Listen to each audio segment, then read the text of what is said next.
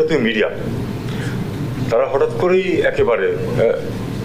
একেবারে যেন তারা ভয়ঙ্করভাবে লেগে পড়লো আমাদের। আমি এটা স্পষ্টভাবে এবং খোলাখুলিও বলেছি, এমনকি আমার বিভিন্ন স্টেটমেন্টও বলেছি, এমনকি আমার এই দায়িত্ব নেওয়ার পরে আমি বলেছি যে ভারতীয় মিডিয়া যে ভূমিকা নিয়েছে এটা কোনো অবস্থাতেই দুটো দেশের মধ্যে স্বাভাবিক সম্পর্ক প্রতিষ্ঠার জন্য সহায়ক না, প্রতিবন্ধক। এটা একটা তারা কেন করছে তারা ভালো বলতে পারবেন। এখানে আমার মনে হয় আমাদের মিডিয়ার একটা ভূমিকা নেওয়া প্রয়োজন আছে। আমি বলি না যে ভারতীয় মিডিয়াকে ফলো করুন, না, ওইরকম রিয়াকশন আমরা চাই না, কিন্তু তারা যে ভারতীয় মিডিয়াতে যেসব মিথ্যাচার হচ্ছে সেগুলিকে তুলে নিয়ে আসা, আমরা জানি যে এটা কিন্তু প্রচুর ওই যে ট্রুথ চেক করার যে ব্যবস্থা আছে সেখানে কিন্তু একেবারে প্রমাণিত যে অনেকগুলি বক্তব্য তারা সম্পূর্ণ মিথ্যা দিচ্ছে। সেগুলিকে আমি মনে করি যে আমাদের মিডিয়া আরেকটু শক্তভাবে উত্থাপন করতে পারে। এই ক্ষেত্রে অনেক ক্ষেত্রে আমার কাছে মনে হয়েছে যে আমাদের জাতীয় ঐক্যমত্য না থাকার কারণে আমরা অনেক পিছিয়েছি। অনেক ক্ষেত্রে যেখানে আমরা আরো অর্জন করতে পারতাম সেটা আমরা পারিনি, শুধুমাত্র জাতীয় ঐক্য না থাকার কারণে। আমি কোনো দলের কথা বলছি না, আমি বলছি যে যদি দেখা গেছে সরকারি দল কিছু একটা যদি বলেছে সঙ্গে সঙ্গে অপোজিশন সেটা সম্পূর্ণ বিরোধিতা করেছে, এর সাথে বিবেচনাই আমার মনে হয়েছে বিবেচনাই নেয় নাই যে আমাদের জাতীয় স্বার্থ আছে কিনা। এই জিনিস থেকে আমাদের বেরোতে হবে। আমাদেরকে অবশ্যই জাতীয় স্বার্থ যেখানে আছে সেখানে জাতীয় ঐক্যমত থাকতে হবে। প্রভাব বিস্তারের চেষ্টা থাকবেই, এটা কিন্তু আন্তর্জাতিক সম্পর্কের ক্ষেত্রে অলমোস্ট নিয়ম। যারা শক্তিমান তারা প্রভাব বিস্তার করার চেষ্টা করবে। আপনার ঘর গোছাতে হবে যাতে আপনার উপর আন্দিও কোনো প্রভাব বিস্তার করতে না পারে। আমরা কি সেই ঘর গোছাচ্ছি সেটা চিন্তার দায়িত্ব কিন্তু এখানে যারা আছেন আপনাদের উপর। আপনারা অনেকেই এখানে চিন্তক আছেন, আপনারা ইনফ্লুয়েন্সার আছেন। 65% পর্যন্ত বিদ্যুৎ বিল সাশ্রয় করে আপনাকে রাখে প্রশান্তিতে। ওয়ালটন ফ্যান হাওয়া বদলে দেয়। আপনারা এটা চিন্তা করে দেখবেন যে আমরা ঠিক মতো আমাদের ঘর ঠিক মতো গোছাচ্ছি কিনা। ভবিষ্যৎ মূল নীতি হবে, মূল লিটমাস টেস্ট হবে যে স্বার্থ, আমাদের স্বার্থ। আমাদের একজন কর্মী মধ্যপ্রাচ্যে যায়, সে কত টাকা বেতন পায়। ভারতের একজন কর্মী মধ্যপ্রাচ্যে যায়, সে কত টাকা বেতন পায়। আমি দেখেছি এটা বিশাল তফাৎ, কারণ কিছু মৌলিক যোগ্যতার তফাৎ থেকে যায়। ইংরেজি বলতে পারা এবং না পারার মধ্যে 3 গুণ বেতনের তফাৎ একই কাজ করছে, আমি দেখেছি।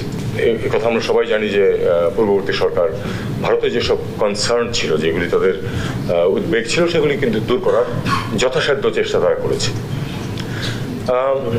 আমাদেরও কিন্তু কিছু কনসার্ন ছিল, আছে।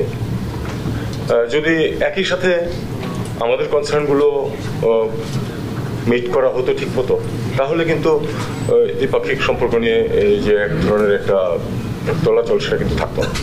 কিন্তু আমরা বাস্তবে এবং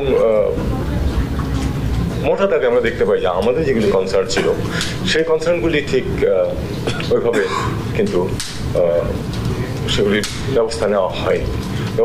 এই কারণেই যেটুকু সমস্যা। তবে একটা বিষয় হলো যে সম্পর্ক তো একদিনের, 1 বছরের বা 1 যুগের না, আর অনেক বেশি সময়ের ব্যাপার।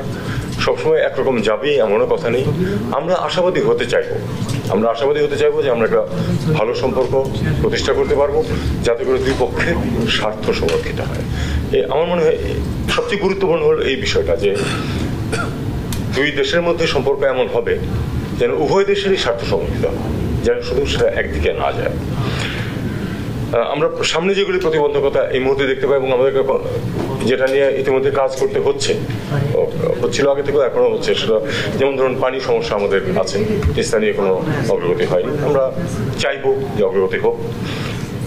সীমান্ত হত্যা একটা বিষয় যেটা নিয়ে আমরা কিন্তু আমি সবসময় খুব শক্তভাবে বলেছি, এমনকি যখন সামনাসামনি ভারতীয়দের সাথে আলাপ হয়েছে তখন আমি তাদেরকে বলেছি যে এটা কোনো অবস্থাতেই গ্রহণযোগ্য না। এটা পৃথিবীর একমাত্র সীমান্ত যেটা যে দেশ দুটো দেশ যুদ্ধরত না, অথচ যেখানে মানুষকে গুলি করে মারা, পৃথিবী তার কোথাও এটা নেই। আমি অসংখ্য না অনেক দেশ ভ্রমণ করেছি, অনেক বর্ডার আমি কিন্তু পার হয়েছি বাই ল্যান্ড, বাসে, গাড়িতে, কোথাও এরকম পরিবেশ নেই। এটা যায় না। এটাকে অবশ্যই ভারতকে অবশ্যই এই জিনিসটা দেখতে হবে। এটা একটা শক্ত প্রতিবন্ধকতা এবং এটা খুব সহজে দূর করা সম্ভব।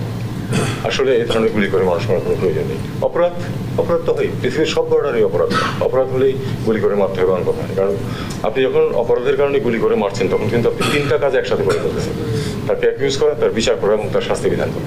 এটা তো আপনার কাজ না। আপনি যদি মনে করেন যে অপরাধ হচ্ছে তাকে ধরুন, আপনার দেশেই আইনের কাছে সুপর্দ করবেন, তারা বিচার করুক, শাস্তি দিক, কোনো অসুবিধা নেই।